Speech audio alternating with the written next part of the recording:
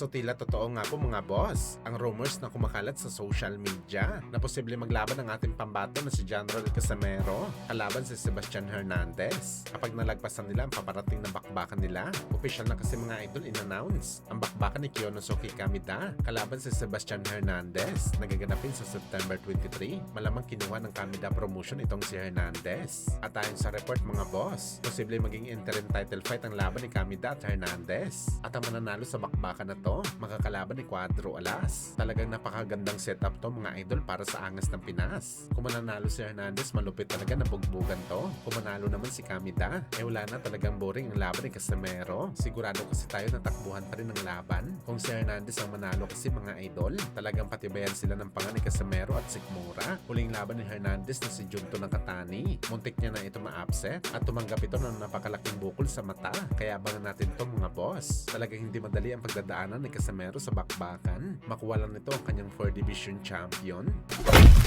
Samantala speaking po sa plano sa laban mga boss, tila ulitin nga po ng magkapatid na Naoya Inoue at Takuma Inoue ang kanilang ginawa dati kung saan naging undisputed si Inoue sa 118 pounds. Umakyat ito ng 122 pero sinigurado nito mga boss na makakuha si Takuma Inoue ng world title fight sa isa sa mga titulo nito at mukhang ito ulit ang gagawin ng magkapatid na Inoue. Sakaling umakyat daw kasi si Naoya Inoue sa 126 pounds, pipilitin daw ng Team Inoue na isa sa mga titulo ng Japanese Monster makukuha ng kanyang utol na si Takuma. Malamang ang WBC title ito mga boss. Pero gayon pa man mga idol, hindi tayo excited sa ganitong bagay. Mas excited tayo dahil mas lalong gumanda ang 122 pounds. Kapag dito na lumalaban si Takuma Inoue, ibig sabihin nito mga boss, meron ng option ng mga pambato natin sa Super Bantamweight Division. Kagaya ni Casimero, Wonderboy at Kenneth Luber, nalabanan itong si Takuma Inoue. Kaya abangan natin ito mga boss. Kung hindi man nakuha ni Casimero ang laban nito kay Naoya Inoue, kay Takuma Inoue na lang nito ibuhos ang kanyang gigil sa Japanese Monster.